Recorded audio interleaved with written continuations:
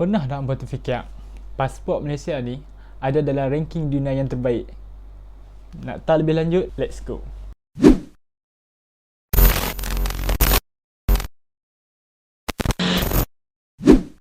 Assalamualaikum and hi, welcome back to my channel. So untuk video kali ni santai-santai je, aku nak share 5 fakta menarik tentang pasport Malaysia. Sebelum tu, pada siapa yang baru sampai channel ni, please tekan button subscribe dan turn on notification bell untuk aku buat video lebih banyak lepas ni. Jom aku share kat hangpa. Fakta menarik yang pertama, pasport Malaysia berada dalam kedudukan tangga yang ke-14 daripada 199 pasport yang ada di negara dunia ni. Pasport Malaysia juga berada di kedudukan tangga yang kedua di dalam Asia Tenggara selepas Singapura, dan pasport Malaysia juga berada di tangga kedudukan yang keempat di dalam Asia selepas Jepun, Singapura dan Korea Selatan. Dan pasport Malaysia juga dengan mempunyai akses dengan 178 negara dan wilayah tanpa menggunakan visa. Hebat kan?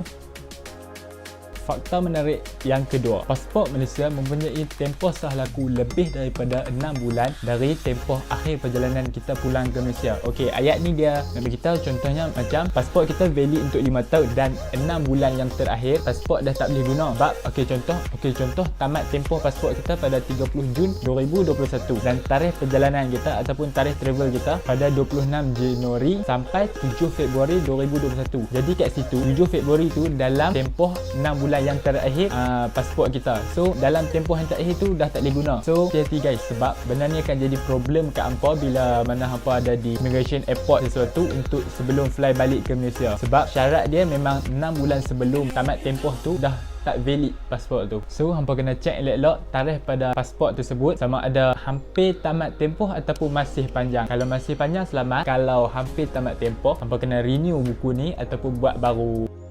Fakta menarik yang ketiga. Okey, pasport Malaysia hanya sah untuk semua negara kecuali negara Israel. Sebab apa kecuali negara Israel?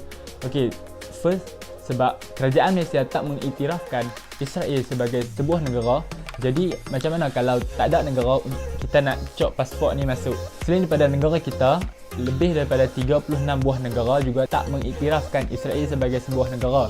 Seperti macam contoh negara Malaysia, Brunei, Kuba dan lain-lain lah.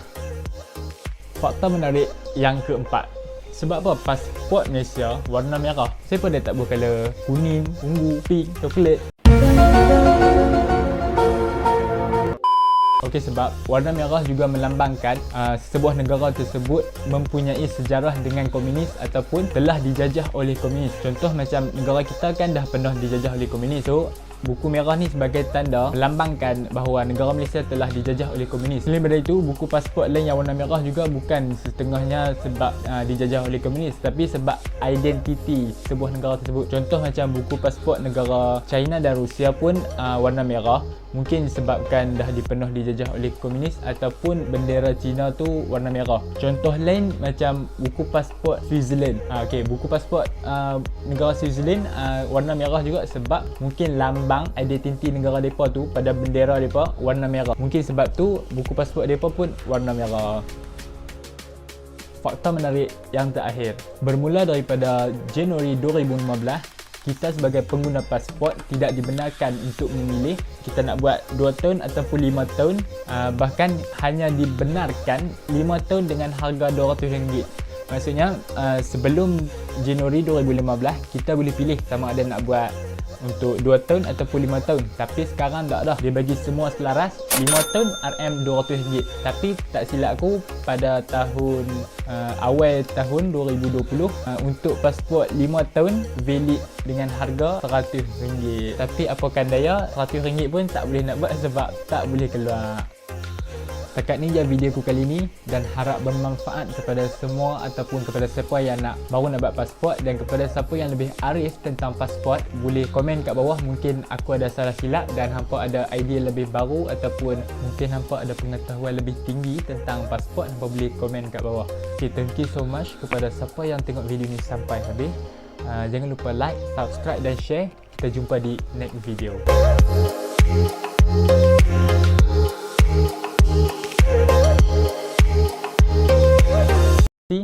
Dan kalau ada salah silap boleh, apa kali nak ulang bangang.